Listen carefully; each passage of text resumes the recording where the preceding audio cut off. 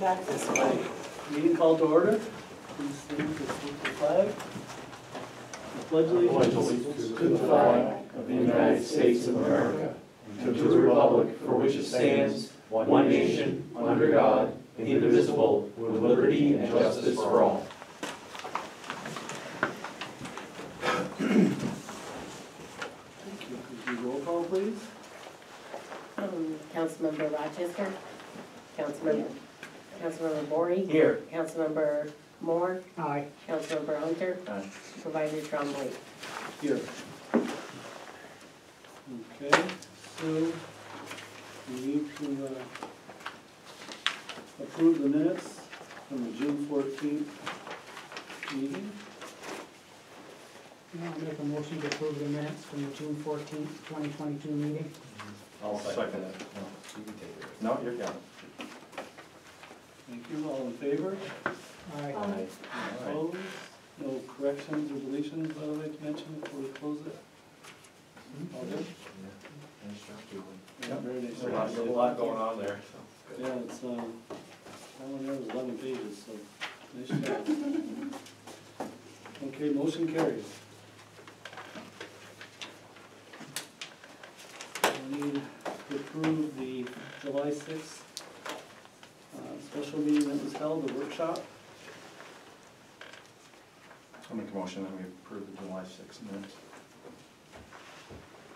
I'll second that. Thank you. Any corrections or revisions required? Again, good job in read through my notes. My bad, right? All in favor? Aye. Any opposed? Carries. Presentations, petitions, communications, and general question period. Welcome. Please state your name and your address and address the board. Sure. Curtis Latrimore. I have a farm at 175 McBride Road. Chazy mailing address, town of Champlain property address. I'm here tonight. I'm part of the bigger packet that you got for your board meeting with the migrant housing working grant workers. Farm workers grant that the state has through the CARES funds. And I'm here tonight. I found out about the grant program a little bit, did a little research, got a hold of the folks at the state that are running it, and they sent an email I shared with Tom. He was gracious enough to spend some time with me last Thursday. And they sent me a pretty quick response within, whenever the state responds in 15 minutes or so, it was pretty quick. And it was a pretty short but informative response. It's basically saying that the New York State OCR does not award funds directly to farms or farmers. In order to receive funding, CACL, which is our official farm name, will need to coordinate with the municipalities such as the city of Champlain. They just up your ante at the state level, so hopefully there's more funding available from that level. Or Clinton County that can apply for the funds. So the monies all have to go through a municipality. So the first step in the whole process is to get a municipality to support you in the point that they would be the recipient of the funds. The state cannot give the funds directly to any farm. It has to come through the village. I did research because there's another one going on in Chazy that they're at the public hearing stage. So they've already gone through the preliminary process. The town of Chazy signed on with it. They got through the preliminary planning process. The state said go ahead and get us your application, your final application for plan. And before you do that, you have to have the public hearing that the town has to sponsor the public hearing. So they're having a public hearing tomorrow. And according to AES, who is working for them on this program, they will file the final application with the state and get the project funded within 45 days, at best case scenario. And then it's a pretty quick process from there. You've got about 10 to 12 to 13 months actually complete the process. So I'm here tonight looking for the town support to be my intermediary, if you want to call it that, I don't know what type of term, to be the funding source for the state so that we could apply. Cost to the town from, I've contacted AES about working with me on the program. I mean, why create a wheel when it's already rolling? AES is more than willing to work with us. They will help us with the preliminary application. They will help with the certification. You have to do a certification that 51% of the farm workers will be benefiting from it, are in the low to moderate income for your area. So they would do all the certification of payroll to make sure we qualify. That goes in with a preliminary application. And then the state tells us if they want to work with us in our program. At that point, then we'd say, once the state says yes, we would develop the plan that we're looking for. In our case, it could be rather simple. I don't have a lot of farm employees, but we do have 4 visa legal migrant workers that work for us, just because getting the labor is just impossible to get labor. So they've been a blessing. They're the only way that we can continue to survive and try to grow. We just started with them this year, and it's been a real saving grace for us. So it'll allow us to bring them on farm. I'm working with a farm right now out of Essex, New York, and they commute from just outside of Lewis to us. Oh, that's a haul. Yeah, but it's the only way we can get it to work. So we share a visa where our farms can work together with the employees back and forth. It's kind of a neat program, and yeah, so it's exciting. So this will allow us to actually bring and put them on farm. Could be as simple a project as AES was telling me today. He said they've actually seen projects where they say, we want a camper for them to live. That's not what I want, because this is year-round, so we could be as simple as a couple double wides, could be a modular, could be a stick built. I'd look for AES's guidance in that for us to put that plan together. The state doesn't really give you any parameters. The only thing that he told me specifically was, we're just looking to make sure that if there's a pandemic, that you have room to separate the employees. So most of the migrant housing is all bunk style housing. So you've got multiple people living in the same room. There was no, if you had an outbreak, it was going to go through the whole facility. So it sounds like the state in this, that's why it has to do with the CARES money. They're trying to, develop a plan that you can separate folks if you have a problem and give them adequate spacing. That's the way Brad made it sound today. I said, that made a lot more sense than, just throwing out money for housing. So talked with Tom a little bit today. AES suggested that there was actually, the board would need to do a motion. What do you? Well, I contacted CZ. Okay, good. And they did not do a resolution. Okay. At this, you don't need to, because we're not the lead agency in any way. All we are is a pass-through for the funding. So the way they explained it to me, I believe they just did a simple motion to agree to do this with the farmer. And then when it comes time to, after the preliminary, we actually are pushing the application through.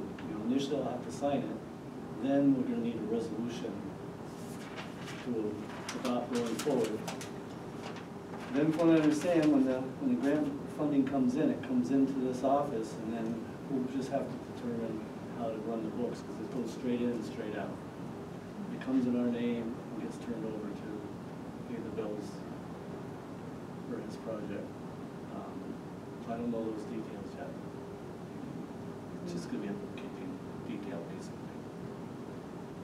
So my idea is to keep, like I said, bring AES in, who runs a lot of projects for municipalities and in general, and let them be involved in the entire process to help me through it, so that the town's got an assurance that is being paperwork the right way for the state.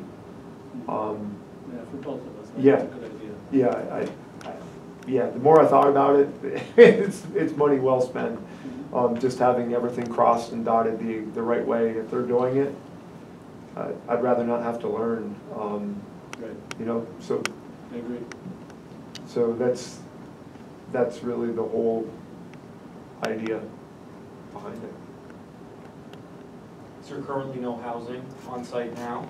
No, So this would be completely all new stuff? completely all brand new. And what are you looking for numbers in terms of people or the kinds of housing or the number of available spots to house people?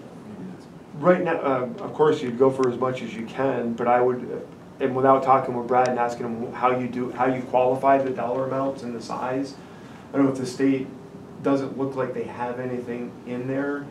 I would be looking for something that would do anywhere from 4 to 8 people. So if you go 4 to 8 folks, that's why I'm saying could do it either depending on the spacing that they want inside, and that's getting in the weeds, you know, with AES to find out what the state's looking for. You can do it with manufactured housing on that double wide side with 3 bedrooms, you know, a couple baths. You might be able to do it that way, as simple a project as that. If he says, well, maybe you need something different, maybe it has to be stick built to do that, I'd follow his lead on what to do there. Don't want to box myself in. It's a great question, because you don't want to box yourself in and say, oh boy, you know. True. Yeah, the nice thing about it is if the state is gracious enough to give me a start with this, and that's what it looks like they're trying to do, is give the farmer an actual helping hand. You take what you can get. About time. Well, you take what you can get and work with it, and if you have to work your way up to do something else on your own afterwards, you've got a resource of something that you've already got that you can help. Build on. Yeah, you can, if you have to leverage it to finance to build something else, then you could go, you know, leverage what you already have with no debt to come over here.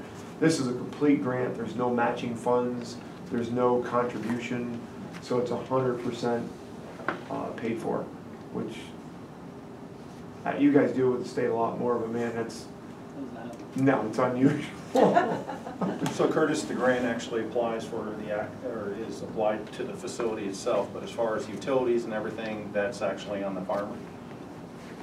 When you, I'm So in not, other words, in terms of once you actually have the erected facilities, the Yeah. housing that would supply these up to 8 people, correct, who actually pays for the utilities? farmer. That's what I thought. Okay, I just. Yeah.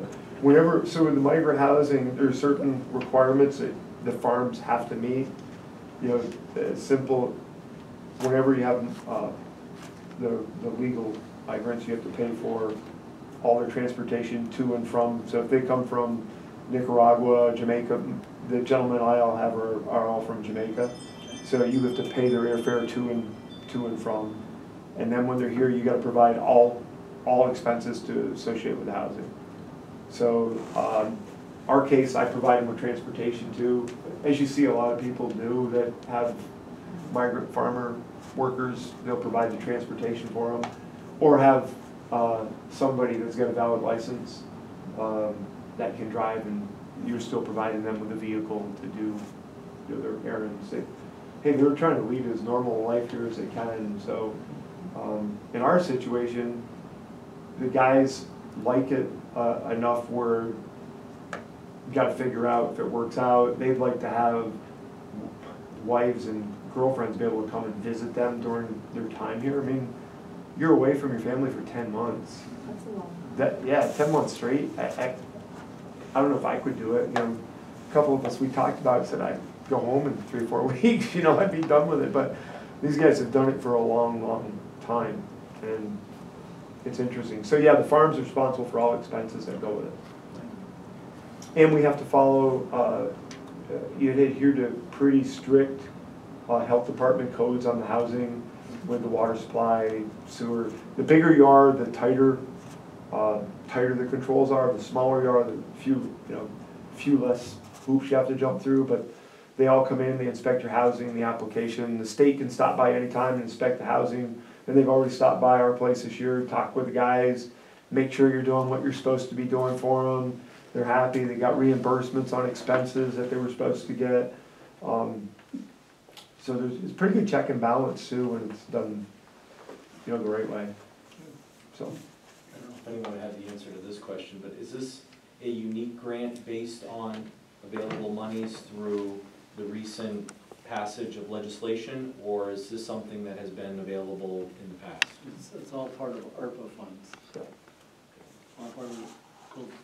Sure, this may be this might be like a one-time shot in order to actually It might be, yes. get these monies. And there's a chunk of money, but if you consider the size of the state, it's not a lot. So for the folks that get in and get this going, at some point, I don't know if they'll refund it again or not.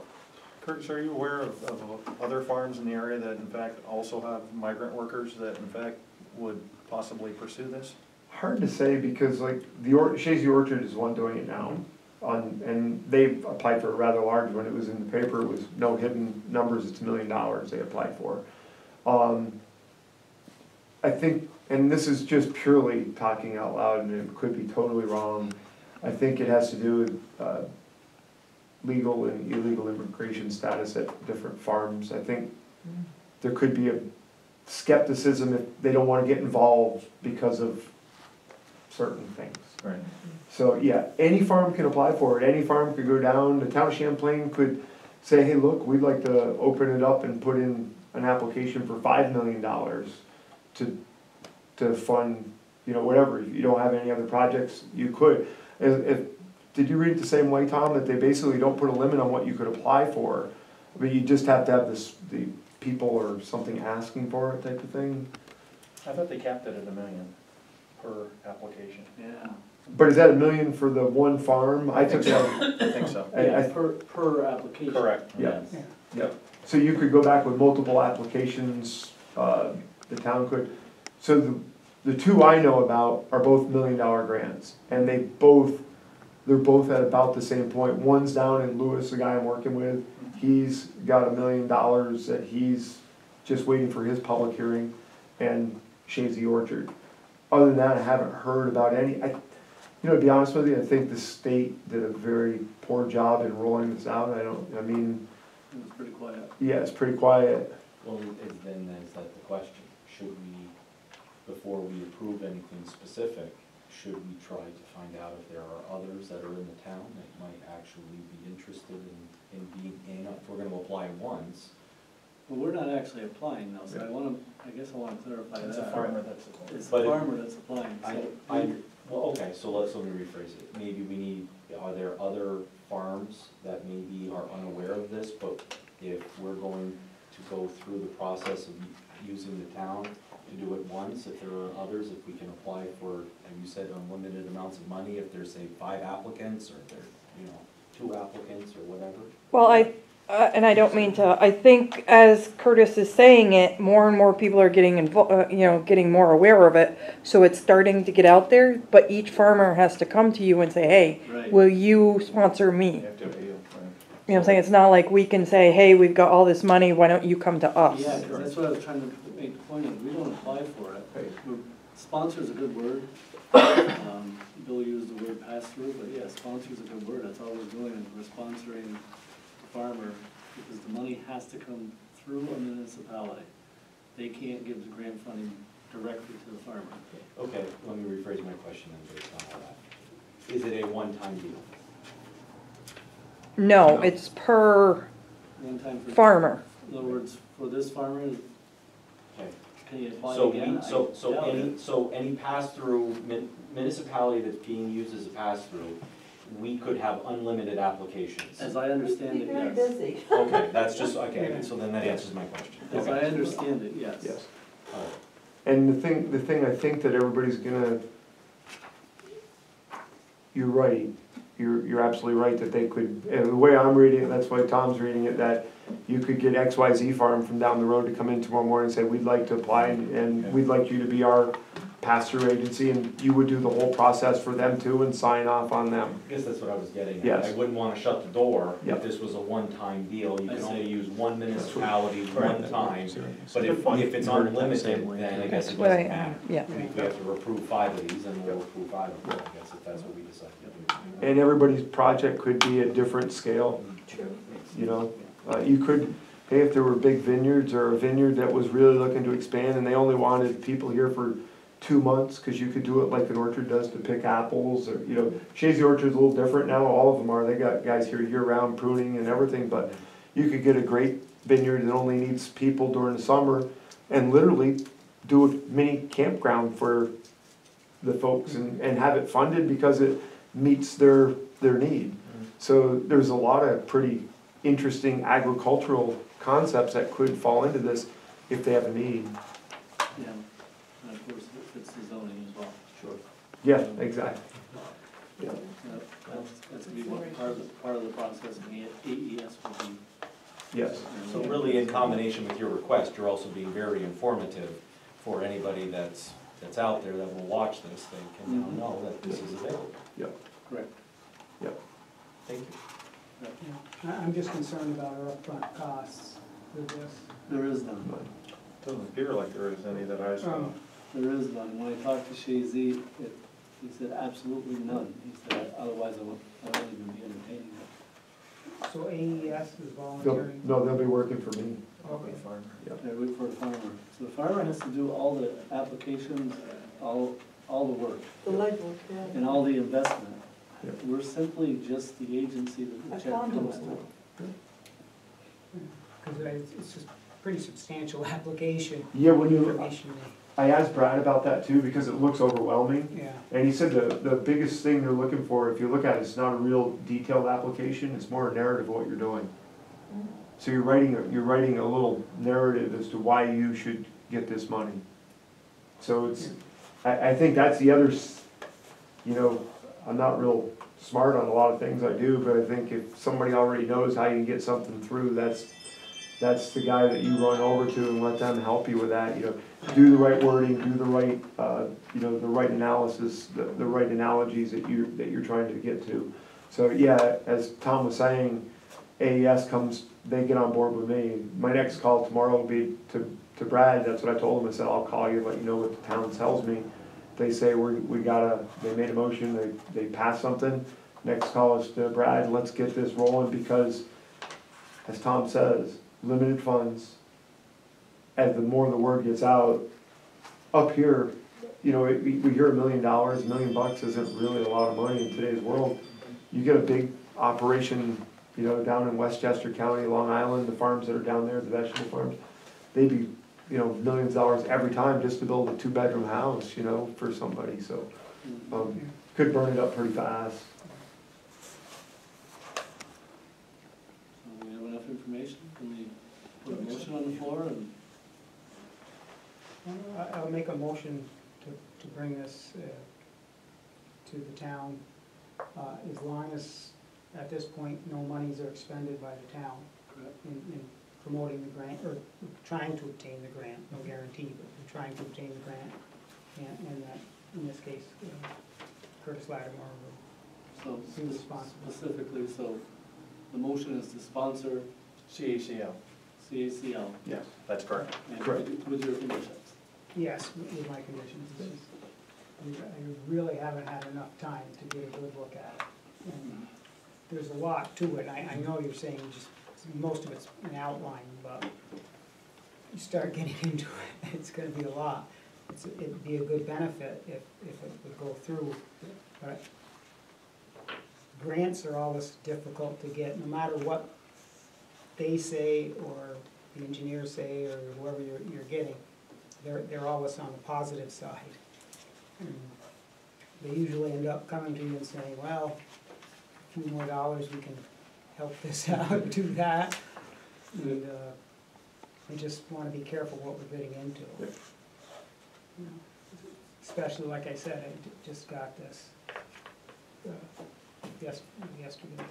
I think if the caveat is no expense from the town of Champlain, that's Yeah, a caveat I'm more than Do we willing have to a live with. second? So can you restate your motion, please, Brandon? Or do you wanna read it back? Well, I just got that, the town will sponsor SACL, No, CACL, CACL. CACL funds. properties. Properties, And applying for the farm worker safety housing grant program. right. And then, As long as there's no expenses to the town. correct. Do we have a second? I'll second that. Any further discussion? Okay, all in favor? Aye. Aye. Any opposed? You vote aye. So I just wanna make sure it's Motion carries. CACL. Yes, Okay. So do we have to schedule a public hearing now, or that's after? no, that's all way down. Okay. Could be 4 to 6 months, depending how long it takes the state to say that they've even accepted us. So. Yeah, it's par for the course. What does the CACL stand for? That's just the real name of it, just C period, A period, So C it's an period. acronym. Yeah, acronym, yeah. Yeah. Thank you very much. I look forward to trying to pull this off for myself and the farm and for the town. I appreciate everybody's support, so look forward to reporting back. Good luck. Thank you. Thank you, Tom. You're welcome, Chris. Have a good night. Not that I wouldn't want to stay until 8:45.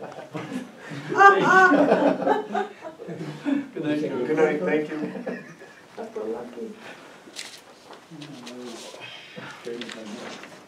Richard, would you like to address the board? Ready? My name is Richard McGrath. I reside at 119 Elm Street, Champlain, New York. Members of the board community, I was invited here tonight by Mr. Rick Hunter to get a synopsis of scouting and the impact it has on the community. My name is Richard McGrath, an Eagle Scout of Troop 8042. The Boy Scouts of America have had a long history of service and devotion to their communities. It is an organization that I am proud to be a part of. The Boy Scouts changed my life. It taught me leadership, selflessness, time management, resourcefulness, and taking the initiative. Taking the initiative to get to know and help an abused classmate, breaking up fights and speaking up when someone's getting bullied, assisting any random stranger in an attack they're trying to complete with a smile on my face. Those initiatives all came from scouting. In my younger years, I would never thought that people would come to me for advice or guidance, and now I am so happy to give them my input. Some of my favorite memories from scouting is simply sitting around a campfire and having a conversation with each other for hours on end. Unfortunately, with COVID, I lost 2 years of camping trips, but even so, I am still grateful for all that we were able to do in the past. I remember 2 other scouts and myself winning the Golden Boot at a Klondike Derby competition. I remember Ed, an assistant scoutmaster, loading a fireplace in our cozy cabin as we all sat down to have a meal as a family that we scouts cooked ourselves. Scouting is an irreplaceable program that should not be taken for granted. The stigma on scouting is a serious problem and membership is dwindling. Currently my troop is 5 scouts. You have to have 5 for a charter, less and you cannot have a Boy Scout troop. 12 years ago we had around 20 scouts in the troop.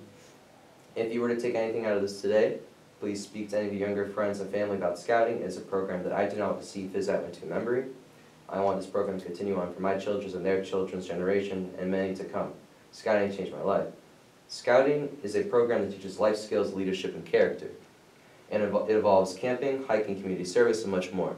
Troop 8042 is led by Scoutmaster Rick Rivers. He can be reached at 518-593-9471. That is 518-593-9471. We meet at the Champlain Village Meeting Hall on Sundays at 5 p.m. during the school year. All are welcome at any time. Currently, Troop is at Camp Norris in Vermont for a week-long summer camp. And thank you for inviting me and entertaining my speech.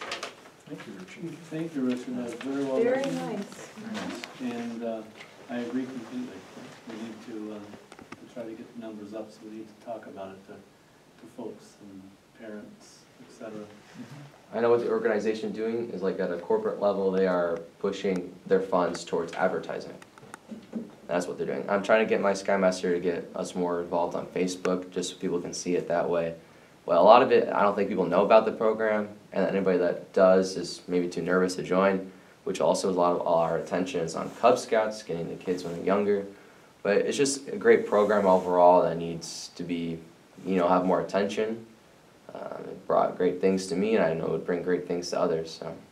I think it was great seeing your scout pack in the July 4th festivities and the parade. Yep. And one recommendation I would make is maybe in the future, maybe just have handouts or pamphlets as you go through. Yeah. And maybe provide it to those families that in fact have younger children, and maybe will spark some of that enthusiasm. Good idea, Rick. That's true.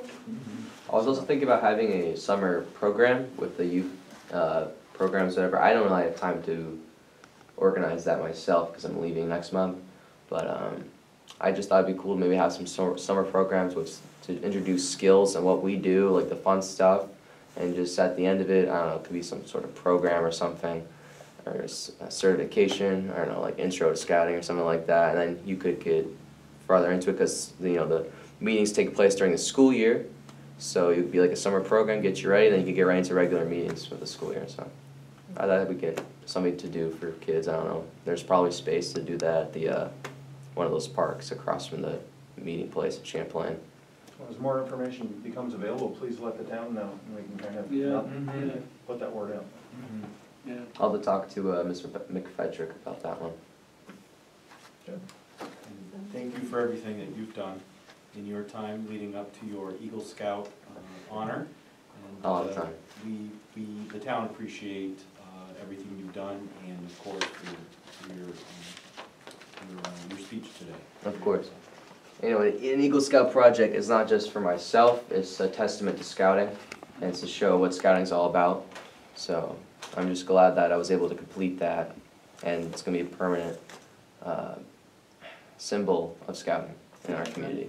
It's also a testament to your character to complete that, Richard. So keep up the good work. Work hard in college. Good luck. Thank you. I'm sure you're going to be a fine young man, fine citizen. Thank you. Thank you, Richard. Thank you. Anytime. Good night. Have a nice evening. Okay, Supervisor Report. Good evening. Saturday, July 9th, we held a dedication ceremony to dedicate and rename our Northern Tier Rec Trail to Harry McManus. The Northern Tier Rec Trail, now named the Harry J. McManus Northern Tier Recreation Trail, was conceived by Harry to provide our residents and visitors a means of recreation and also a connection between our communities. Thank you again, Harry, for your time and energy to bring your dream to a reality. I want to recognize the vital individuals that have maintained this trail annually for the past 4 years since it was first opened. Our town highway superintendent, Alan Racine, and his crew put many hours of hard work into maintaining and improving the trail. The same is said for the crews in both villages, who also put many hours making sure that the trail is safe and well maintained. So thank you to all of you for your efforts. We realize that it is difficult with a very short summer season and a very aggressive work schedule for all. Congratulations to Cornerstone Pharmacy for being recognized by the state of New York. Cornerstone was one of 8 pharmacies in New York State to receive national accreditation for implementing diabetes self-management and education. Very proud of that, well done. The town and both villages are planning a Poutine Month. August will be designated as Poutine Month. There will be passports available at our offices that you will bring with you to be stamped when you visit 4 of the participating restaurants. These are Borderview Grocery and Deli, Sandy's Deli, Gino's, and Best Friend's Diner. We have been provided Mosquito Dunks by Clinton County. I brought one because everybody's going to say, what's a mosquito dunk? Yes. These are biological mosquito control for wet areas. This is perfect for where there is any type of standing water, and they're available for pickup here at the town office, and this is what they look like. So it's kind of like a Dunkin' Donut. little donut you throw into the water, and I believe it's one of these is good for 100 square feet of water surface. So. The mosquitoes have been very bad. But don't put them in your pools. Yeah. Yes. Well, it says you can put them Yeah. in cattle drinking troughs. Yeah. I know, right? I know. I was surprised to read that. Okay, so they're available here. If you would like some, come pick some up. It's hard to believe, but we're now 6 months into the year. I had said in January that we would be reporting on our progress at this time. And the summary is as follows. The leadership team has been meeting on average every 6 weeks. This has formed relationships between the leaders, and we're working on joint ventures such as within the month, there'll be a fall fun run on the recreation trail and investigating shared services. We have been meeting regularly with our leaders to keep the communication open in regards to economic development. From these meetings, we learn valuable information regarding funding opportunities. We are constantly working to promote development. Our marketing team has been busy the past 6 months developing a marketing website to showcase our town and villages. This is currently in the filming stages, and hopefully in the next couple of months this will go live. We have made many improvements to our Harry J. McManus Northern Tier Rec Trail, and there is more work to be done soon in regards to paving and added signage. Also, we are working with NCCS through a county grant to install a disc golf course, which will start on the school property and continue into Bob Venn Park.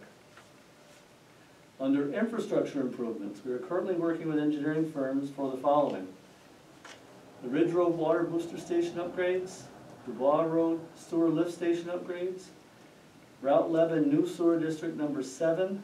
This is in early study stages and dependent upon successful grant funding awards. Public announcements. There will be an additional primary election held at the town offices August 23rd from 6 a.m. to 9 p.m. Note, we still have COVID test kits, surgical mask, and KN95 mask available.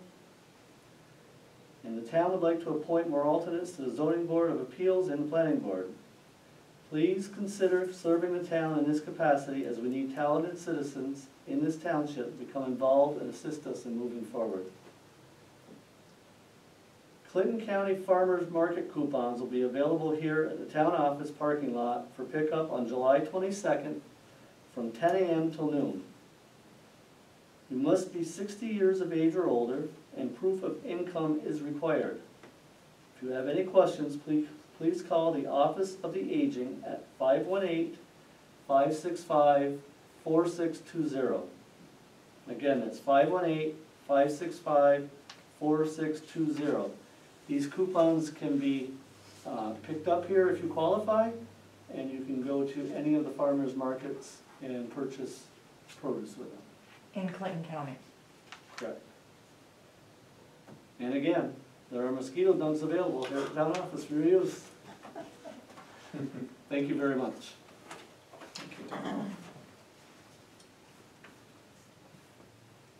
Okay, report from the council members. Councilperson Rochester, would you like to start? Sure. Well, I printed out when my thing was printing what Jeff had sent me about,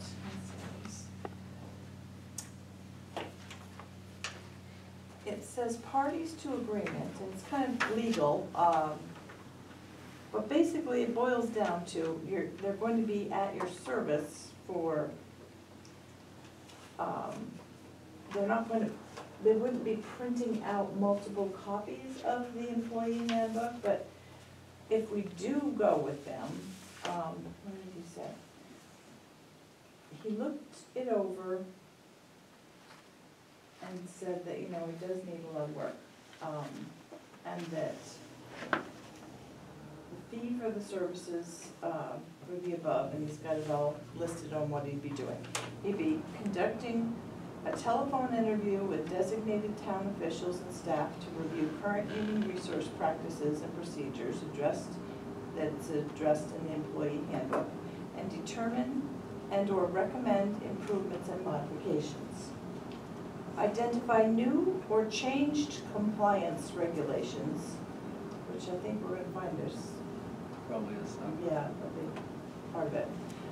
Employee benefits and personnel policies, procedures, and established practices in need of revision, and prepare specific modifications to be incorporated into the employee handbook. He will provide an executive draft of the revised employee handbook for a review by designated town officials and staff.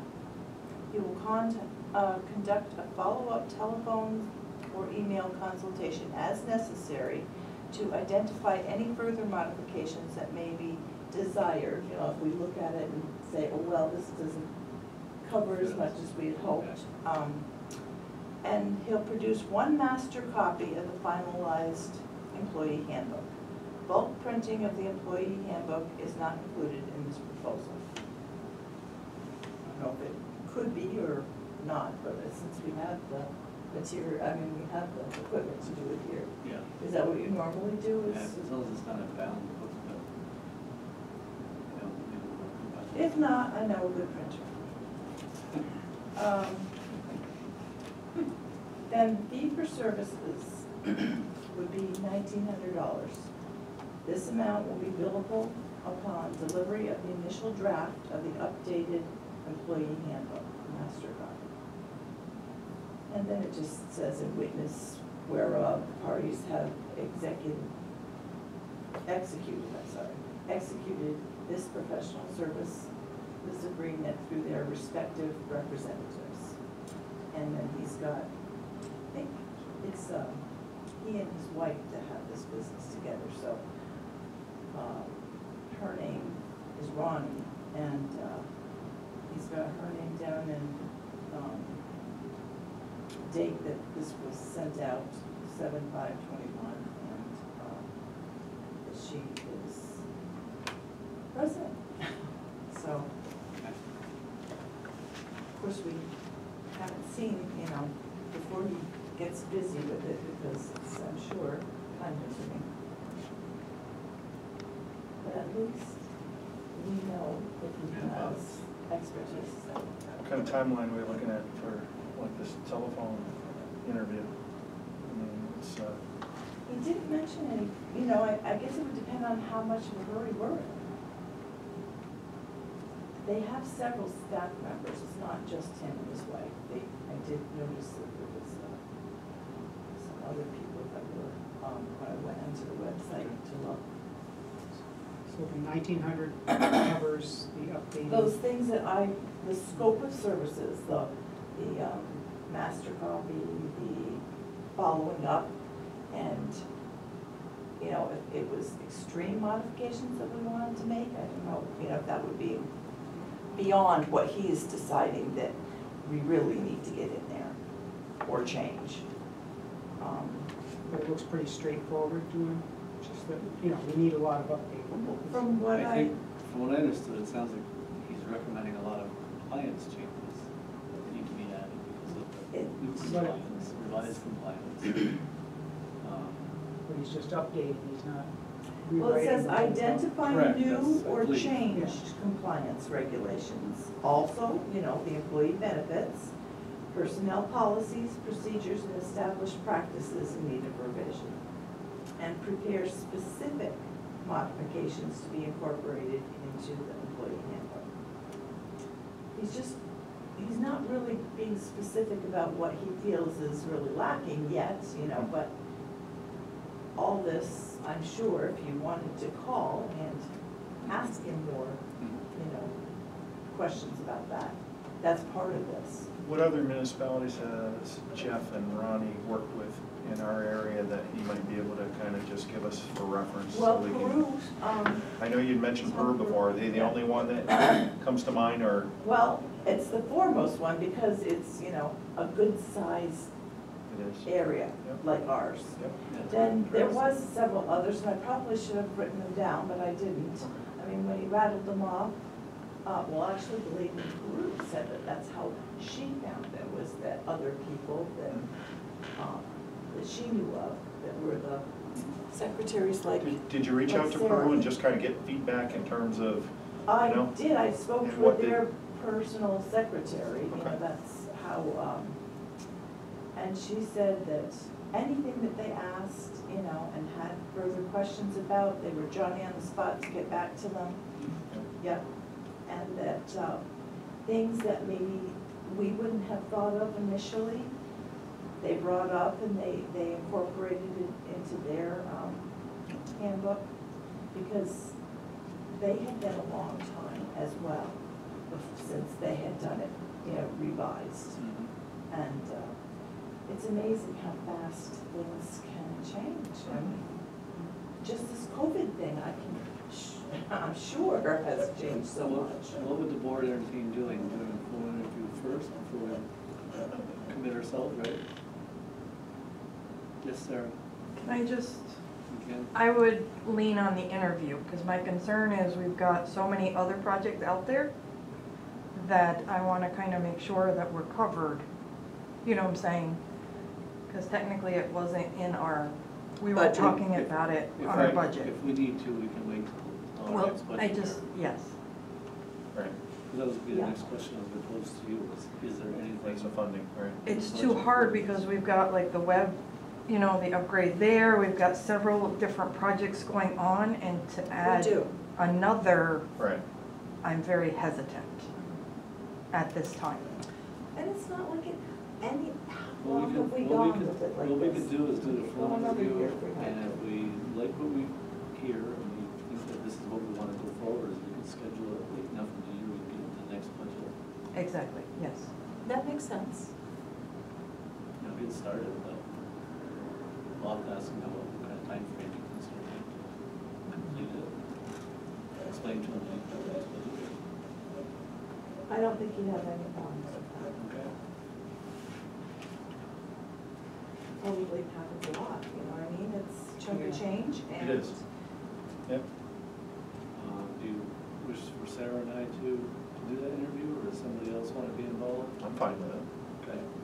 We'll give them a Nobody call. else fits. Give us the I think you information. would know the questions to ask as opposed to me, Right. you know. Okay. That sounds like a plan. So if you want, just provide that to Sarah, and I'll Sure. take care of it soon. Good work. Yep, I sent him a message saying that I would be bringing this with me to the meeting and that I would place it before the board, so. Okay. Do you have anything else to report? Nope, not that I can think of. Okay.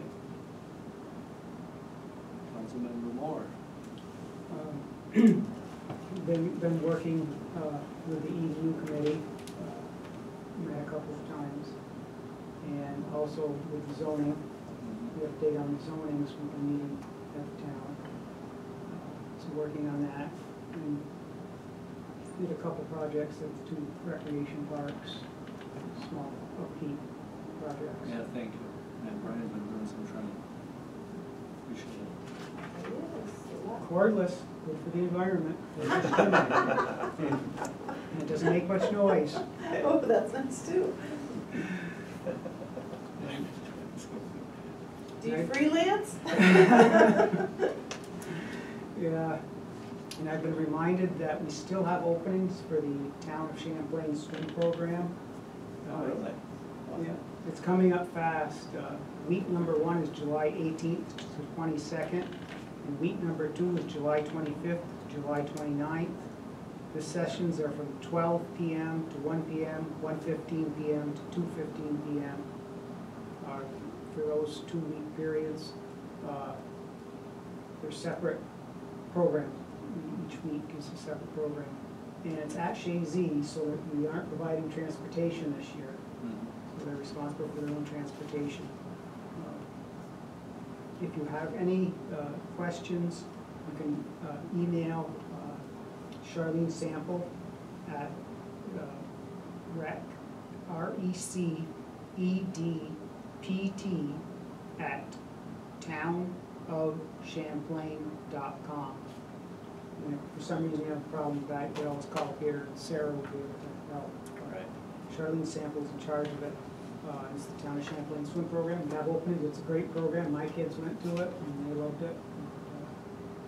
Valuable, very valuable. Yeah, we're on the lake and the river, so. Right, Regardless, you can know how to swim when you become an adult. true. And that's Good to all, know. that's all I have. Your whole life, you'll be trying to keep your head above water Yeah. from one form or another. Thank you, Brian. Councilmember Bory. Sure. I'll start with zoning. Julie, correct me if I make a misstep here or say something wrong.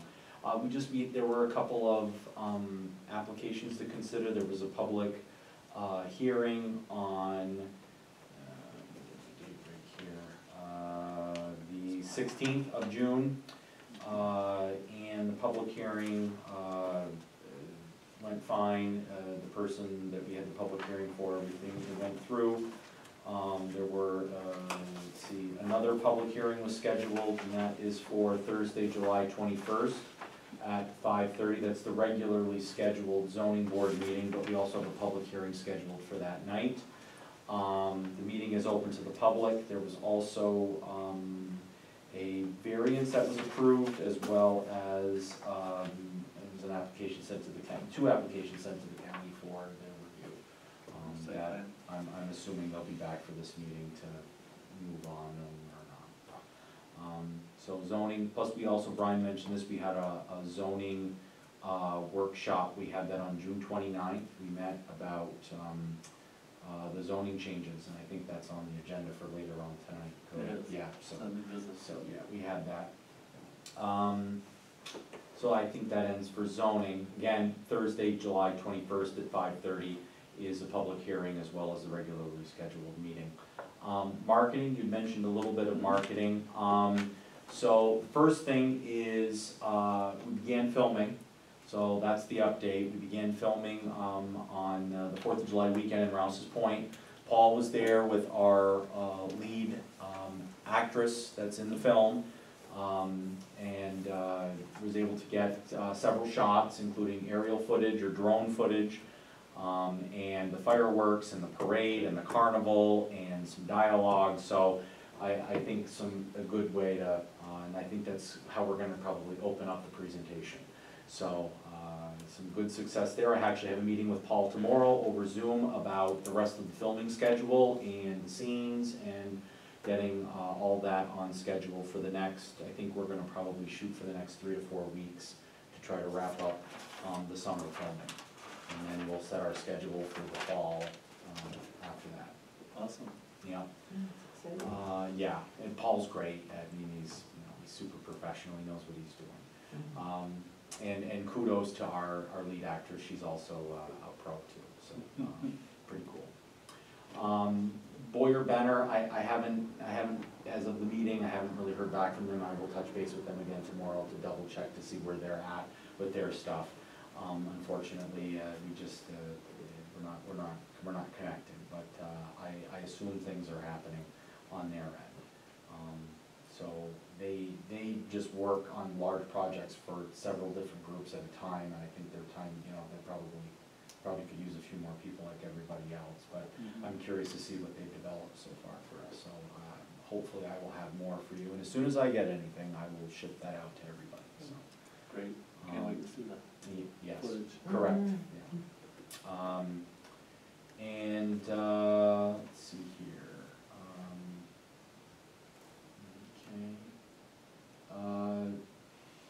Hometown Heroes, so Sarah and I, we've had several conversations. I know at one point we were hoping to have a banner ceremony, but it looks like we're gonna postpone our banner ceremony until next year, where we'll do a combination of the banners from this year and a combination of the banners from next year, and we'll do that all as one ceremony next spring sometime. And it looks like we're gonna try to work in connection with the VFW in Champlain. We'll also make connection with Rouse's Point as well, but that's the hope, to have something all put together for that. And again, if anybody's looking for a Hometown Heroes banner, either go to our website and the application is available there. You can also call the town office here, and Sarah will send you in the right direction in order to get that banner application. But we are currently taking those, and we hope to have many more for next year.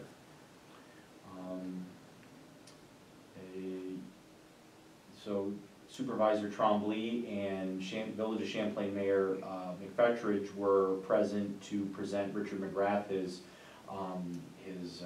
resolution for his commitment to the town and the project that he did for his Eagle Scout ceremony. That was on June 26th. Fortunately, I was up to my eyeballs in Rouse's Point Parade festivity stuff that I could not go as much as I wanted to. I've had Richard as a student for a couple of years at the high school, and it was hard not to be there, but I just wasn't able to be there. So I appreciate you going there in support of the town and the village, so thank you. Yeah. Food truck night. We had one on June 21st, Lightning Lardy's Barbecue.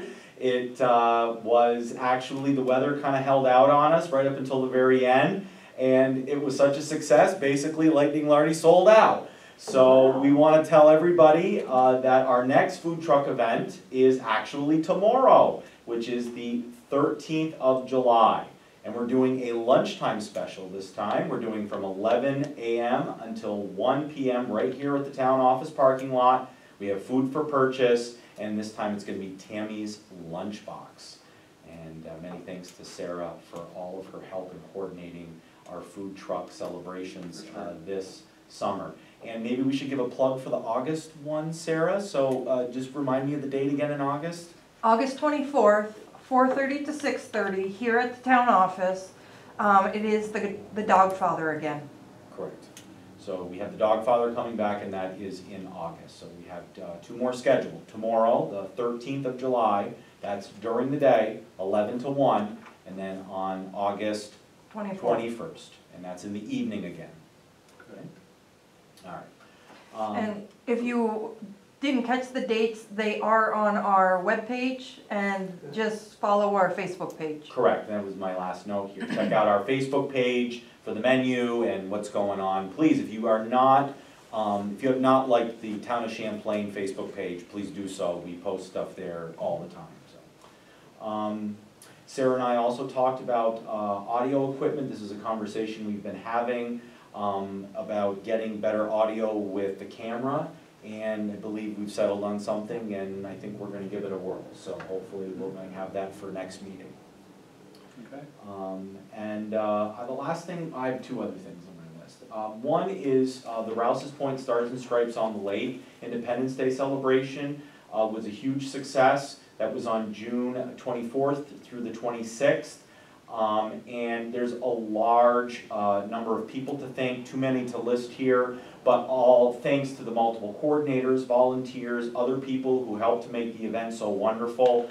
And a big shout out to the Village of Rouse's Point Public Works Department for all of their assistance for the weekend-long event. They did a ton of work there, very, very helpful. Of course, also thanks to Mayor LaBounty, Village Administrator Chris Lattimore, and Trustees Arno and Pelkey for their support during, prior to the event, during the event, lots of help. The Dodge Memorial Library and the staff there, they did a ton of work as well. So it really truly takes a community, takes a village to put this on, and that everybody comes forward. So the Stars and Stripes Committee, this is their correspondence to all of you. The Stars and Stripes Committee would like to send their deepest appreciation and thanks for all of the support that the town provided to help ensure that the weekend-long event was such a success. So they say thank you for their support. And they hope that the town felt like they were recognized enough for their support, and they hope that the town is willing to engage with the committee and the event next year if they so wish to be a part of it. So, For sure, and thank you, because I forgot to thank and mention that in my report. The festivities, the parade, and the fireworks were all beautiful. They did a great job, the committee did a great job, I think I told you that before, and I was very appreciative to be part of it. So yeah, great job, Rouse's Point. 2 other things, Brian had mentioned this, but our summer camp series is going on throughout the town. So whether they've, the rec park has been busy at Rouse's Point with activities, including the theater camp. I saw gymnastics there. I know that there's sports going on. Swimming is going to be starting. So if people are not aware that the town is offering these great opportunities for our youth, please try to, find out more, because there are a lot of great opportunities for our young people during the summer months to get physical, get active, use their brains, do all kinds of things. And the last thing would be a suggestion. Is there a possibility of us forming a volunteer group for trail maintenance, trail cleanup, trail, like maybe once a month, they meet for an hour and kind of, what do you think about that? Let's just kind of throw that out as an idea. Pointer Rush has that kind of thing, they call Okay. it Friends of Pointer Rush Park. And they help with trail maintenance and keeping signs up and things like that, minor stuff. They aren't gonna put in posts and Sure. that, but to cut brush and stuff like that. But that's what they have, Friends of the Pointer Rush, and they have a website and everything. That might be a place to start, to find out what they do.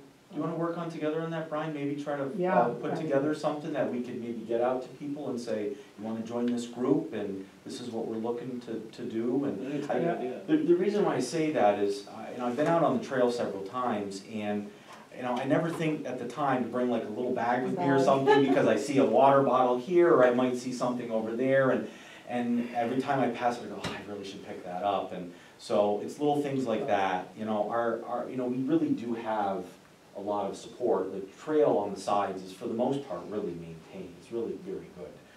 But there's that just a little bit of trash, or like there might be some, like a branch falls down and it might need to get removed or something. And I think and I've talked with a few people that say that they would be willing to do something, they just don't really know what to do.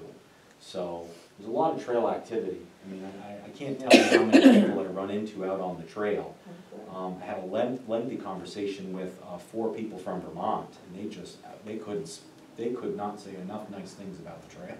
They just said, in Vermont, we have such little shoulders on the road, and over here you have this path that's not even on the road, but then on the part that is on the road, there's this huge wide shoulder, and they couldn't say enough nice stuff. So,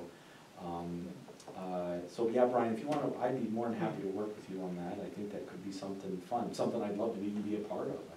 I love that trail, I really do. That's awesome, thank you. That's a great idea.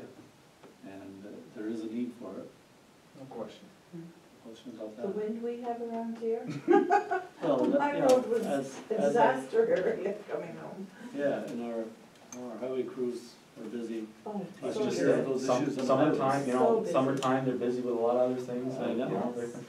So I It's think never that'd be ending. great. Just a suggestion, and because I don't know what there is in terms of any types of receptacles, but because our town goes down and actually takes care of mowing that, usually on a weekly basis, there's some way we can maybe put a receptacle out there to kind of encourage people not to, I don't know, it's just a thought. It's better to be in a receptacle than all over the ground. So. Yeah, but a lot of times people use it to get rid of their household garbage. It's just a sad thing, but they do. And you put out a garbage receptacle and it gets filled, and if it gets filled on a Tuesday, Right. who empties it? All it ends up is, garbage ends up all over the park anyway. I would love to see, because I've been going to parks for a long time. I think it's worth trying Yeah, and seeing Why don't we try initiating it with this with a group. Friends of the Harry J. McManus Red Trail, to see if there's some way we could incorporate that and do a trial, rather than put more on the highway department. Well, they have these specially designed garbage They bin do. things that I've seen at those nice rest areas on your way. It seemed like it was on a bluff or something, I guess it was on the Where Northway. they're closed. Yeah. And they're closed, and Animals they can't can't, get you into couldn't, yes, animals can't get into them, That's and right. people can't really put their, much of garbage in there. Like a baggie or Don't something. put anything past people who want to get rid of garbage for Garbage. free. That's the key, it's free. Yeah. I think Well, it's a I'm good just saying a idea, tire will Rick. fit in it. They would Talked try. about it before, and I think if we do it in this avenue, it would work. Well, we can You try. can get volunteers, yeah. Yeah, That's but the key. thing is, you've gotta, Police when you it. you've gotta police it every You do. day, literally every day, because somebody comes and dumps 2 bags of household garbage in it, it's full, And for reasons I don't understand, oh, it's full, I'll just put it on top then, or I'll just put it Right. next to the garbage can, you know? Just don't put it too close to a highway, then it won't be so easy. Well, Well, that's what I was, all right, it's all about positioning. Location. it's, they charge to get rid of garbage, it's free to dump it in that bin, and I'm 99% sure nothing is gonna stop them. I mean, that's just the way it is, it's free, It's worth looking into. but as part of that, we could try it. I mean, And it doesn't have to be put in a location where it can be seen from the road either. I mean, it can be put where, it's kind of on a Yeah. portion of the trail where only the people that are using the trail will actually notice it. I don't think people are gonna go out of their way to go a quarter of a mile to dump their garbage. I just find it hard to believe. I don't put What's anything, tires? they put tires Well, on you the won't side fit of the tires road here. inside No, of these but they dumped, receptacles. Yeah. you remember 2 years ago, they dumped tires right down the road here. They just Oh, yeah. threw them in on the side of the Oh, yeah, road. Oh, my God. Alan picked up 4 Yeah. on the side of Prospect this spring. Yeah, I mean, Oh, I know they'll do it, but and that's just the side of I the think road. I think it's worth looking into. But we can try, I'm not too enthused about it, to be You can honest tell. with you. Well, I've seen In it, a I've perfect seen world. that happen, I Any- see anything what happens. else? No, that's State it, so parks ends the don't do report. it anymore, Yeah. campgrounds don't Pardon do it me? anymore, I said, basically. so ends the great. report. So ends the Well, there, report. yeah. So ends the That's different, I see that But as. it's, report. Point of Rush doesn't do Councilmember it. Hunter. Let's see, first of all, I guess I'd start off by saying, again, our EMS services in the town of Champlain are in need of volunteers. You're only as strong as your community is, so I encourage people to get out and possibly, strongly consider volunteering to be part of our emergency medical services here in the town. Also, I want to congratulate Dan Bosley and Cornerstone Drug for that award that was announced today. I think that's a great accomplishment to be one of those 8 pharmacies in the state of New York. The Champlain Fire Department is still working on their RD application and putting some numbers together. Chris really didn't have anything else to report at this particular time, and the Rouse's Point Fire Department had nothing to report at this time. So in terms of local announcements, that's all that I have. In terms of the Edu Appeals Committee, as Brian had mentioned, we met this week and we went through and held our annual meeting to try to come up with finalizing numbers for where we are in the town. I gave everybody a copy of this particular document. You all have it at your desk. And the first page, that is a 2-page front and back, just kind of identifies with all of the different EDU appeals that were submitted during the last 12 fiscal months and what has occurred with each of those individual situations, whether or not they are resolved, unresolved, and are under continual review. And all of those, I can say that in fact now are resolved. So you have a copy of that. I also provided you with a copy, a complete listing by account number, which is much easier to kind of identify, with each of our EDU parcel owners, both residential and commercial. If you go to the last page of this particular table, you will see that our EDU totals will be decreasing from 564.2 to 562.7. 562.7, so that is a change of 1.5 EDUs, all right? 2 of those were commercial, 1 of them was residential. In the town of Champlain, we have about 260 parcels. About 81 of those parcels actually has an EDU of 1 or more EDUs that's being charged, and about 175 actually fall into the category of 1 EDU or less. So it just kind of gives you an idea in terms of what that looks like.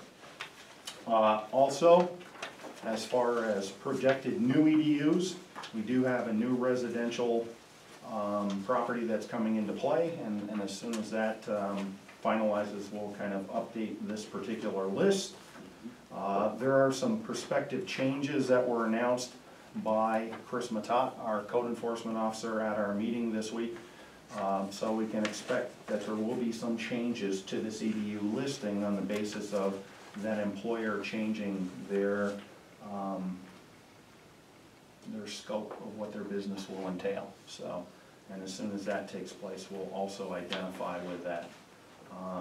Future EDU additions, as everybody knows, Route 11 is, in the process of actually bringing in a government entity. So once that finalizes, we'll also identify with that. We did make some changes, as Jason and Brian will say, in regards to the Schedule 12451 as far as changes. We added a few different things. One of those is solar. We identified with commercial only, but level 2 will stay at 2 EDUs, and for level 3, it in fact would be 5 EDUs. Well, it's on the back page, all right? That's correct. Okay. Yeah. So, and in fact, I think I summarized it also on this, at the top. You'll see it here. It's kind of dated. Yep. Yeah. So, in addition to that, we talked in depth about storage units. And we identified with being able to continue to assess warehouses at 2 EDUs. We're going to continue to apply to business owners that have between 1 and 5 storage buildings, 2 EDUs.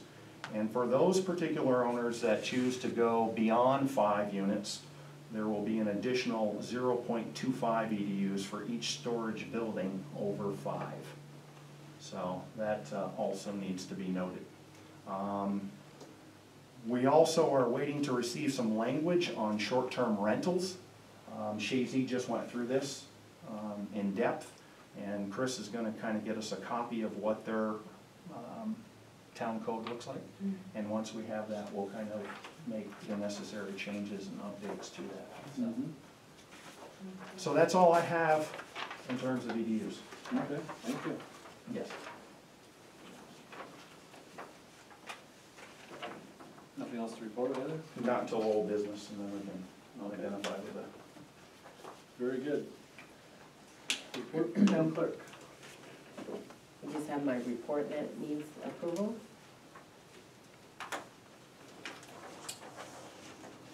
Make a motion to approve the June 1st through June 30th town clerk monthly report. I'll second that. Okay, any discussion? I don't have anything on it. All in favor?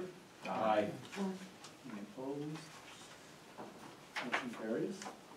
Also, the Champlain Town-wide sale will be on August 13th. If anybody wants to get on the map, they can contact the town office. And also on that same day is the Champlain Telephone Open House. And the Village Fest as well. And Village of Champlain. It's a big day. Be a lot going on. Anything else? Okay. Review of the post audit bills. Anybody have any questions in regard to that?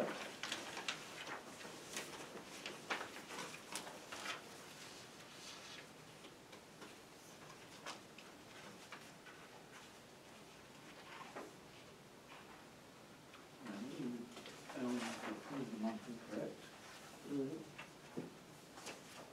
No questions on that, then we want to, looking for a motion to approve the monthly bills. We have one addition. And with one addition, that's Correct. correct, thank you, Julie. For bulk oil. $1,571.12.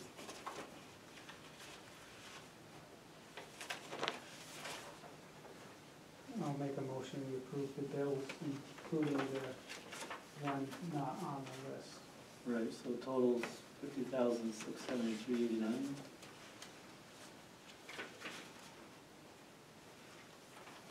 Sarah? No, I think you added it to the I abstract. did. Right. I did. Hang on a second.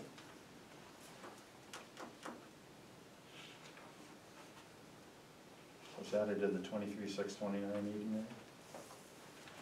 In terms of expense? Expense though? Maybe 174. Yeah. The 174 there? 174, 740, 06? Yeah.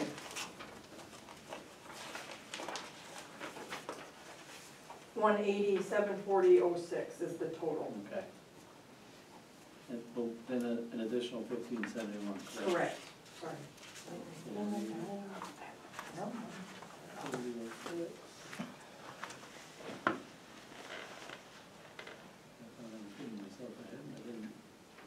So it's 182, 311.18. Okay, Brian made a motion, was there a second? Not yet. So we need a second, and we'll have any discussion afterwards. What was the last thing, the bulk oil, did The you say? additional, yes, Yeah, it the was, additional, the bulk oil. it was, What does that mean? What is that used for? Is that like in vehicles? Is that in? His trucks. for the trucks, so Highway it's department. it's from. Polsonella Foods, yep. Well, nothing's ever getting any cheaper, is it? No, Not when it comes to any it petroleum. was probably $55 or more, I don't know what it was. Do we have a second? I'll second. Okay. Any further discussion on the monthly bills? Any questions? We have Sarah right here, that makes it easy.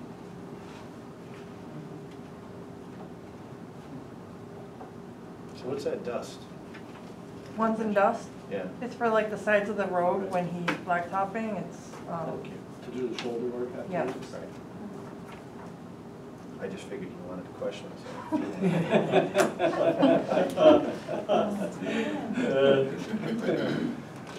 Okay.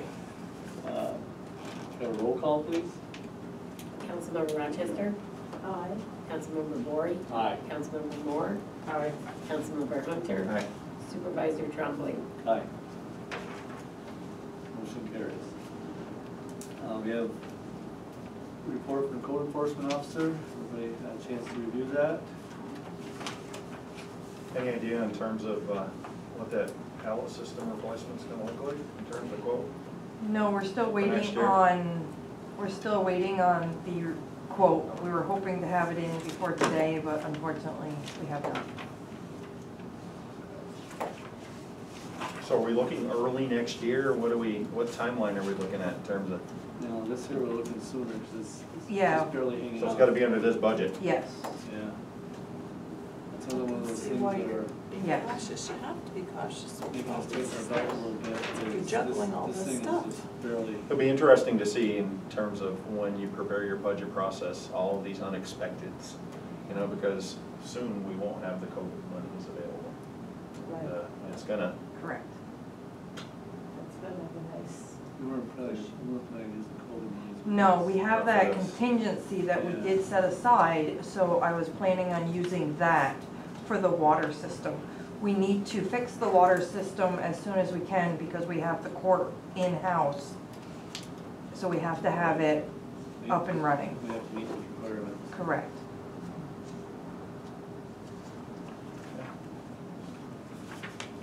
And he's supposed to give us two different quotes, one to repair the board or one to replace the system. The problem is the system's almost 10 years old, and as of next year, it's obsolete.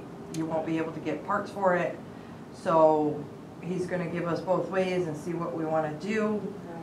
But with the age and technology that's improved, you know what I'm saying, Yeah, it makes sense. we wanna have both quotes come in so we can see the whole picture. Yeah, we'll see what that quote is for replacement. That thing's been breaking down at least once, usually twice a year, not every year we've had. Regularly. Regularly, every year. It's a hazard. Plus, it's hard to find somebody to service it.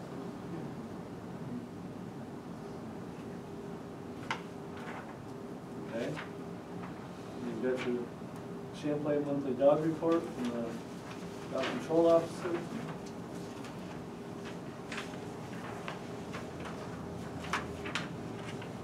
Minutes from the zoning board. I think that Jason covered it quite well. GCO report.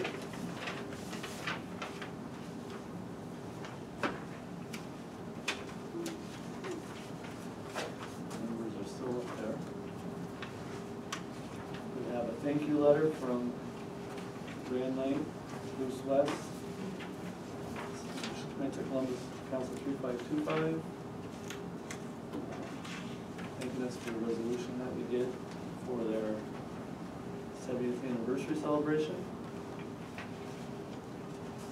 And this here is for your information. We can discuss this further under new business if you'd like.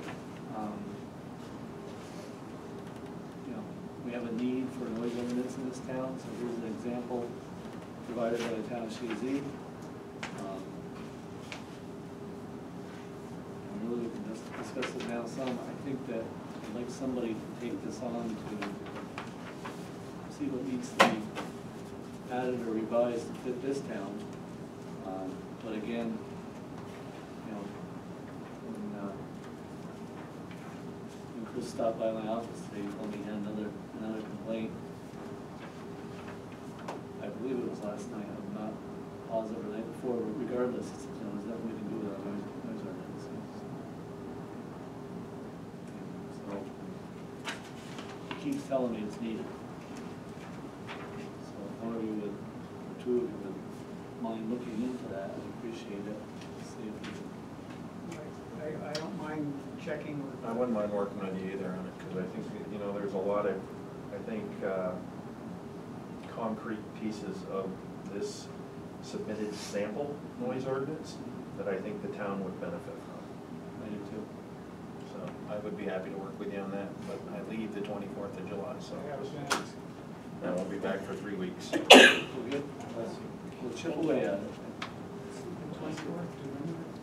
I won't be back till probably the 15th, 16th of August.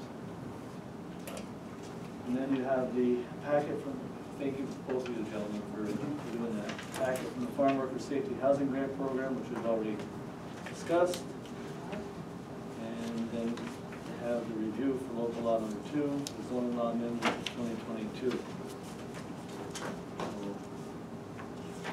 there for now. So first thing on new business actually is local law number 2. We have 2 resolutions prepared by River Street to actually do a resolution to introduce this local law. Unless anybody has anything they want to add or omit.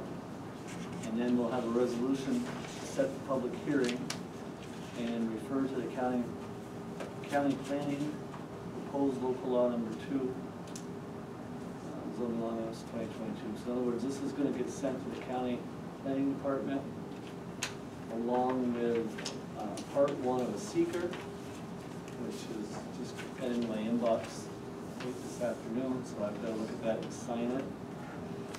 And then we'll move forward from there.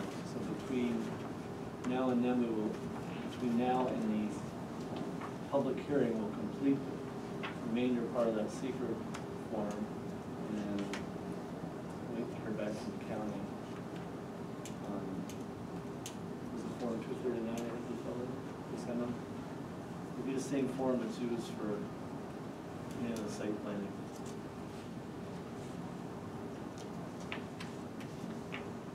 We'll go okay with it, I'll go right to the resolutions.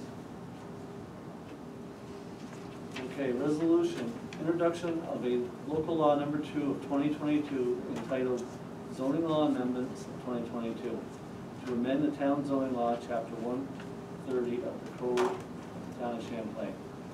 Whereas the town of Champlain the town board identified the need to update the town zoning law to incorporate land use and development standards for solar energy systems and retail cannabis, as such uses are not presently addressed in the town zoning law. Whereas the town board recognizes the need to clarify the role of the planning board as it relates to site plan review. Whereas amendments to chapter 130, zoning addressing solar energy systems, retail cannabis, and site plan review process have been prepared with the assistance of planning consultant River Street Planning and Development. And whereas the town board is now initiating the adoption process for section 272-A of town law. And now therefore be it resolved, the town board of the town of Champlain does hereby introduce local law number 2 of 2022. I have a motion and a second to approve said resolution as written. I'll make the motion to approve the resolution as written by the supervisor.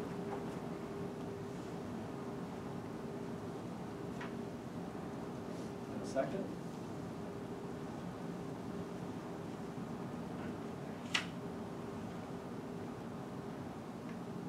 Discussion if we need to. I'll second that. Okay, any discussion? Needed, anything in regards to the resolution?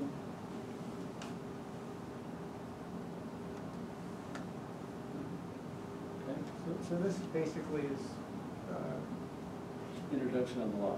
yeah, Formal but we're not introduction. voting on adopting it or in any way endorsing it. No, what the plan is, in August, we'll set the next one will set the date for the public hearing.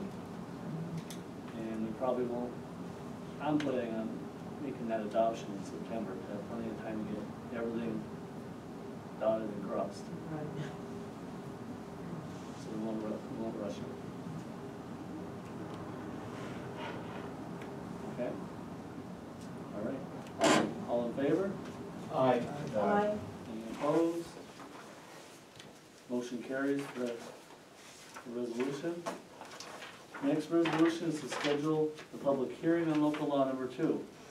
Set a public hearing and refer to county planning proposed local law number 2 of 2022, zoning law amendments of 2022. Whereas proposed local law number 2 of 2022 would amend the town zoning law. Whereas the town board desires to hold a public hearing with respect to the adoption of said local law. And whereas the town board must refer the proposed zoning law amendments to the Clinton County Planning Board for review pursuant General Municipal Law, Section 239-M. And now therefore be it resolved. 1, that a public hearing be held by this town board with respect to the adoption of the aforesaid local law at 6:30 p.m. What's the date of our next meeting? The 9th. 9th, thank you. On August 9th, 2022, at the town of Champlain Municipal Building, 10729 Route 9, Champlain, New York. In that, 2, the town clerk is hereby authorized and directed to cause all required public notices of said hearing to be given as provided by law. And 3, that the proposed local law shall be referred to county planning in accordance with section 239-M, 3A, and, 3 and 6 of the General Municipal Law in the Clinton County Planning Board. Be it resolved, this resolution shall take effect immediately. Motion to approve said resolution as written. I'll make a motion to approve the resolution as written by the read by the supervisor. Thanks. And a second, please. I'll second that. Thank you. Any discussion? All in favor? Aye. Aye.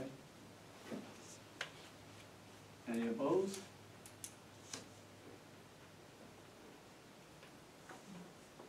Did you vote, Brian? Yeah. Okay, thank you. Motion carries. Okay, we need to do a transfer. We need to move $3,890 from the COVID fund to the water fund maintenance Fund to pay for the elbow and the Ridge Road Booster Station. I make a motion that we approve the transfer of $3,890 from COVID money to the water fund to take care of the elbow repairs. I'll second that. Okay. Roll call, please. Councilmember Rochester, Aye. Councilmember Bory, Aye. Councilmember Moore, Aye. Councilmember Hunter, Supervisor Trombley. Aye.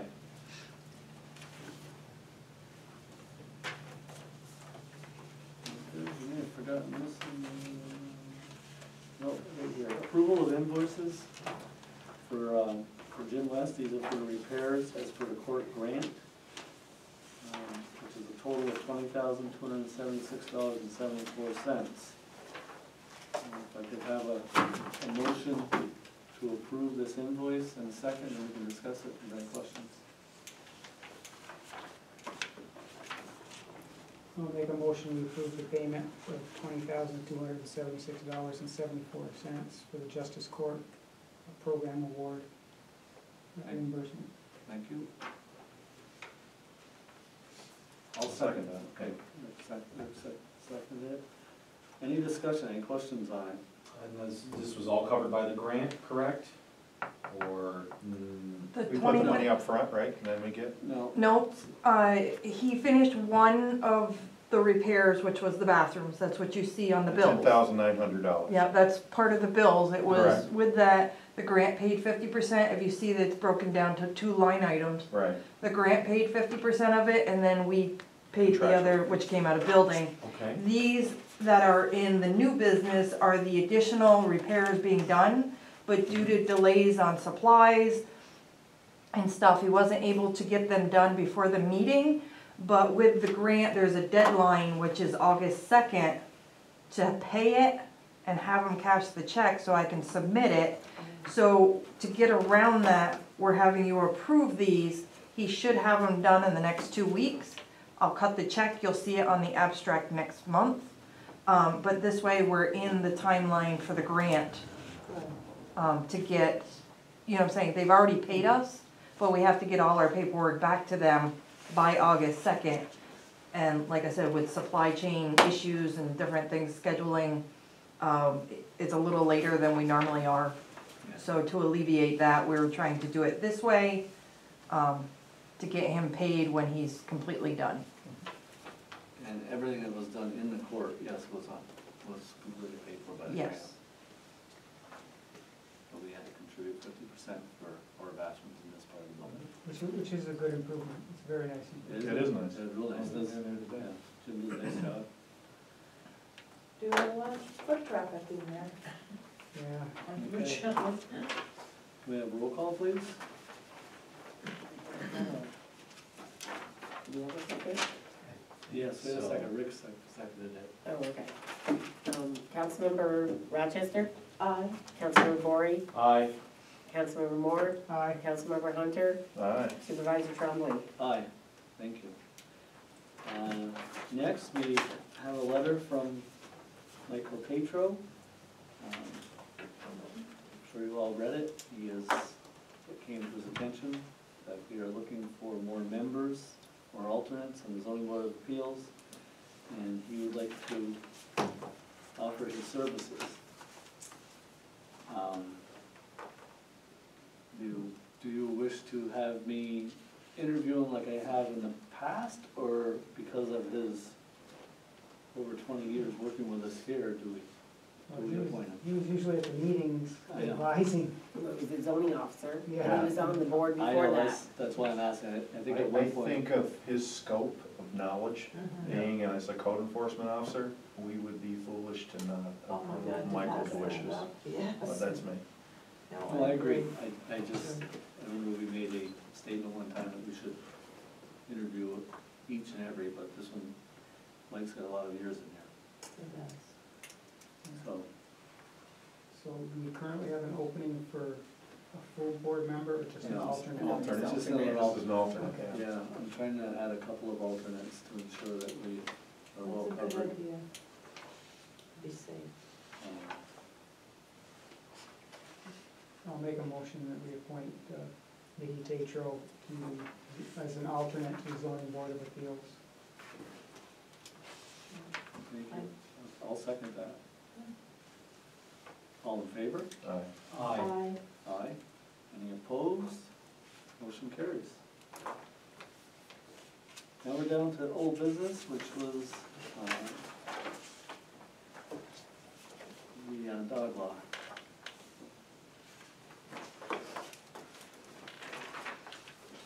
And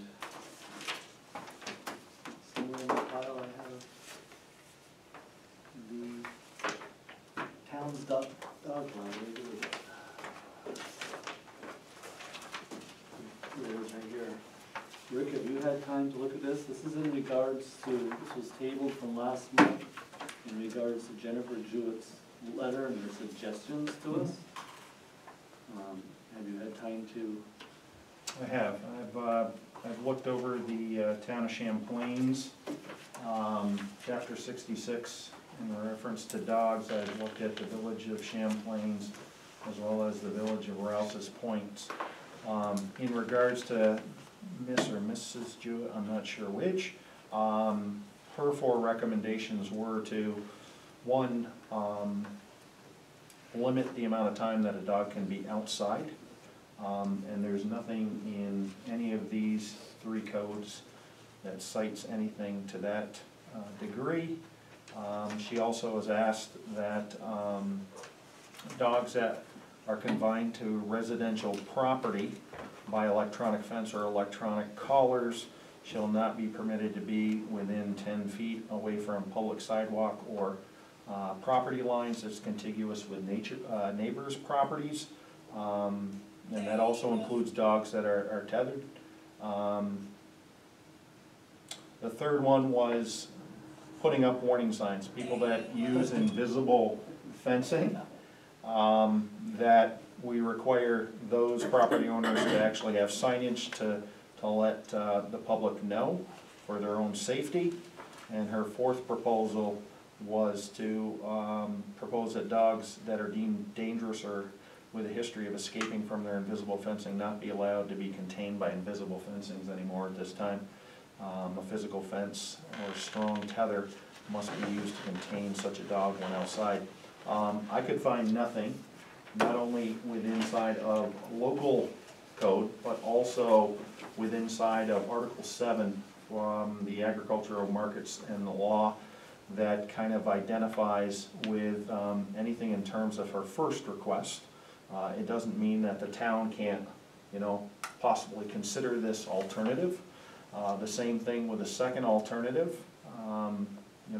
making sure that people that are using invisible fencing, underground fencing, that they actually, we could set limitations as to how close to public sidewalks or roadways that these particular pets have access to. The third one, again, nothing in anything, including ag and markets, in regards to warning signs regarding invisible fencing. And the last one, I think, is very well covered in all of the village codes as well as the town codes in regards to dangerous dogs. I do agree that we could possibly look at our language in chapter 66 to kind of identify with including something along the lines of number 4 that she recommended. So we could make our language a little bit stronger. So are you recommending that we try to implement 1 or 2, that one for 1, and possibly kind of lean down the invisible fencing as another one? Do you want to add that to the code as well?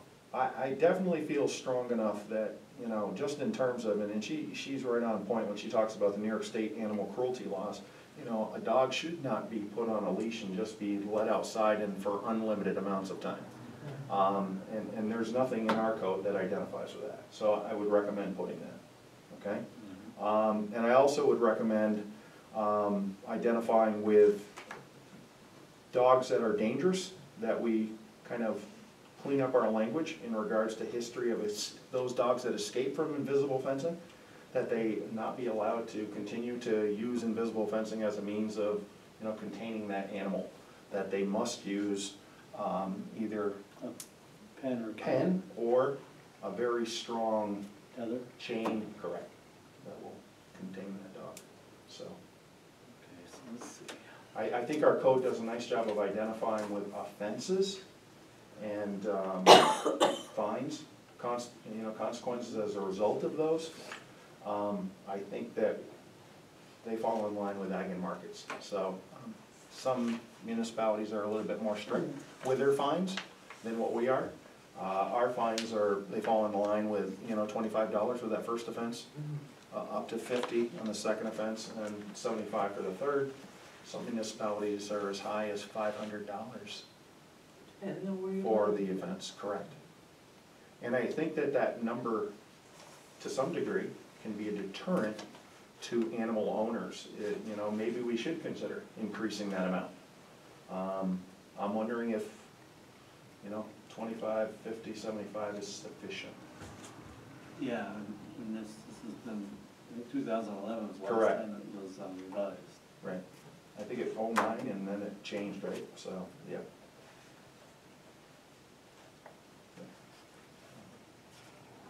So I'm trying to summarize this.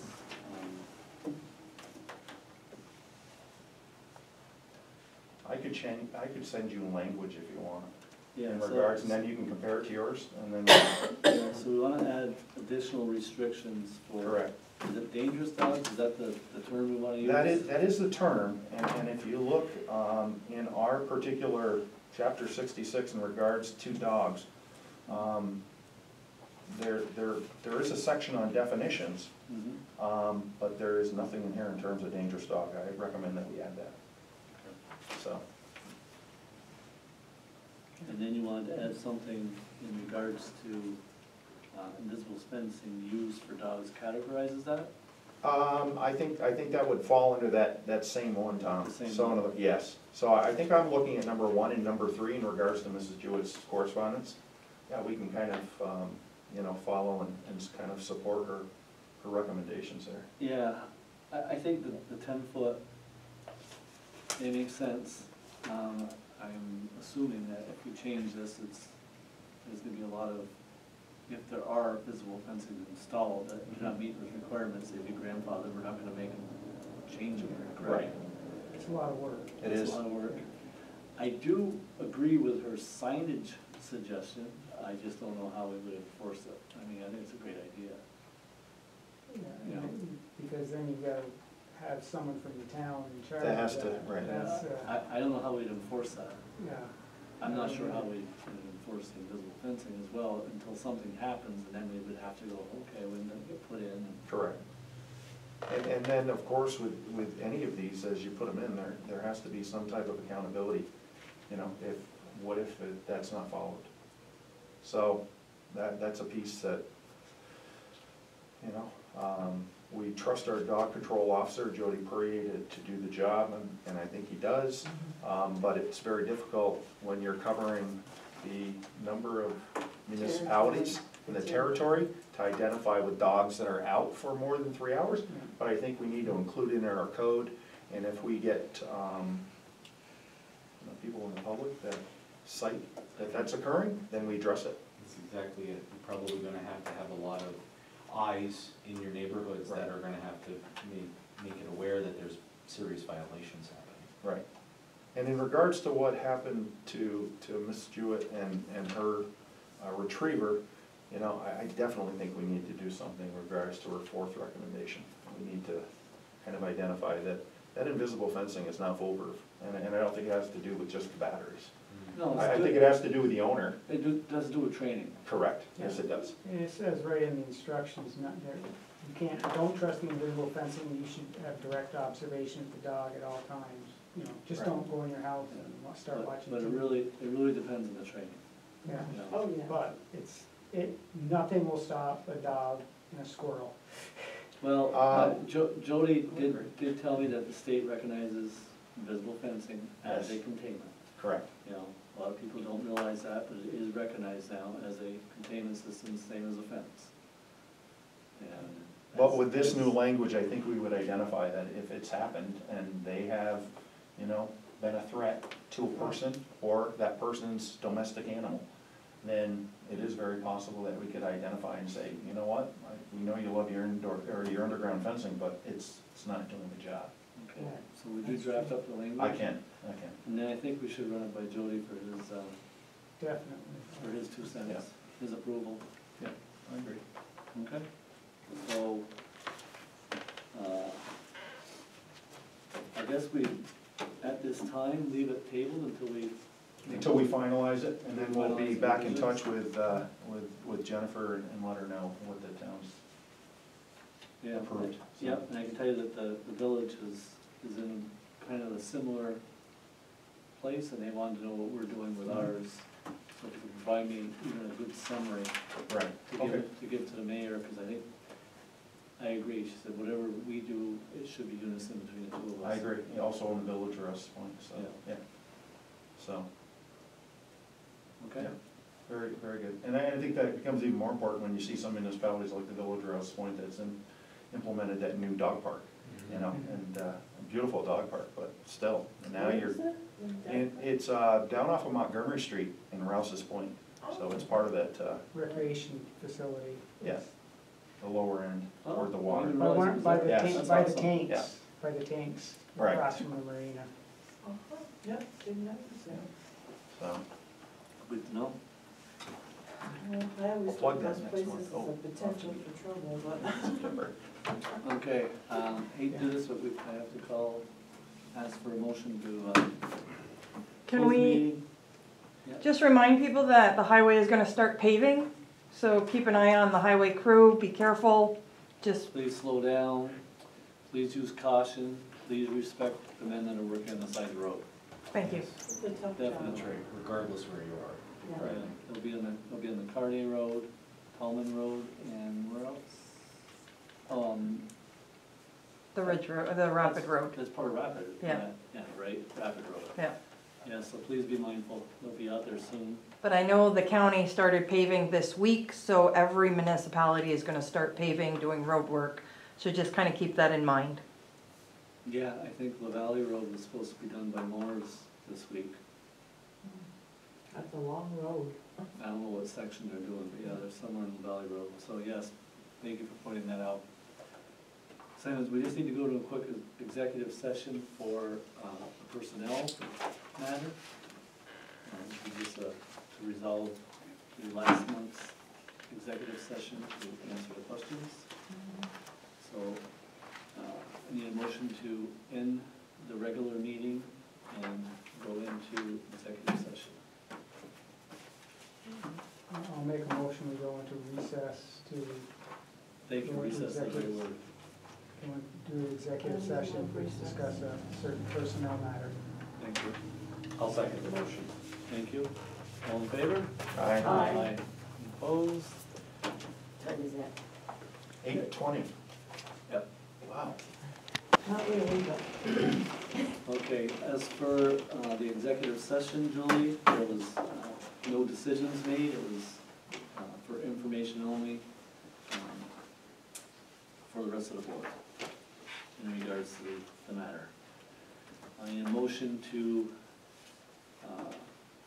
leave the executive session and go back into the regular business meeting. I'll make Yes, a- please. Yep, and Annie is, I'll second it. okay, all in favor? Aye. Opposed? Okay, and we realize that there is one more item of new business to take care of, and that's in regards to Mr. Hunter's report from the EDU meeting. They made some revisions to the schedule of charges in our code, section 124-51. So we need to approve these changes, and they were adding solar farm to the schedule, level 2 or level 3 size. They're adding storage unit buildings, 1 to 5 units on property, and then storage unit buildings over 5 units. And it lists the amount of EDUs that would be charged. I suppose I should say that too. The level 2 solar farm is 2. level 3 is 5. 1 to 5 units of storage unit buildings is a 2, and anything over 5 units. And to clarify, is a unit just one storage unit Building. or the whole building? The building. Okay, Yeah. so, We might wanna clarify Yeah. that or define that somewhere, because, Yeah, I wrote it as per building on there. so we Right. probably should just call it 1 to 5 buildings on property, Okay. which would, yeah, you're saying, so if there's 20 In the units in I a see what you're building, saying. it's one. Don't use the word units. Don't use the word units. I think we should make it, Yep, got it. okay, and, over 5 is 0.25 per additional building. Got it, yep, that's good. That's fine in that last column. You're talking about those storage units like you'd see on Route 11? Mhm. Yeah, okay. Boy, there seems to be a proliferation of these businesses Has been popping for up. quite a while. well, Yeah. yeah, that's seeming to be a problem, and then you've got that new, one that Jubert wants to put in the parking lot, storage. See that? lot For Boats. vehicles, yeah, and boats. Okay, why? Okay. So, Yeah, with these changes. So I'll make the motion to approve, the changes to this schedule as described by making the change from units to buildings in regards to the storage unit buildings. Do I have a second? I'll second that. Okay, all in favor? Aye. Any opposed? I vote aye, motion carries. Okay, need a motion for adjournment. I'll make a motion to adjourn the meeting. I'll second that. Thank you, all in favor? Aye. Yeah. Any opposed? I vote aye, motion carries. Thank you, See you, Julie. Julie.